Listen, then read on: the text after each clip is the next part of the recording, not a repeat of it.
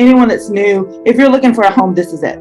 I've never had a place to where, and I've been in a couple of other areas and trade rooms, not trade rooms, but in places, but we've never all traded together like this. This room is one that Jay kind of just spoke out. He was actually talking to someone else at the time, but I took it to heart of like, he's talking to me, and I needed to listen to what he was saying, and it'll come at different stages. And I think that's why it's so important that, you know, when you're getting the trade room, don't do it for a month, you know, do it for longer so you can get where you need to be, because there's baby steps along the way.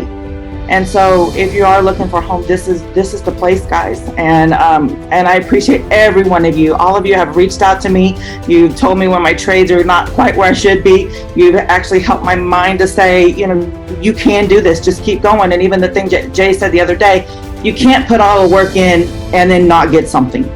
And so it's starting to come around. Now the last, few days, all the trades are working in the way that I see them to go. So I think we have to get to those breaking points too. So if you're there, please come. They will help, and hopefully I'll be able to start helping someone else too.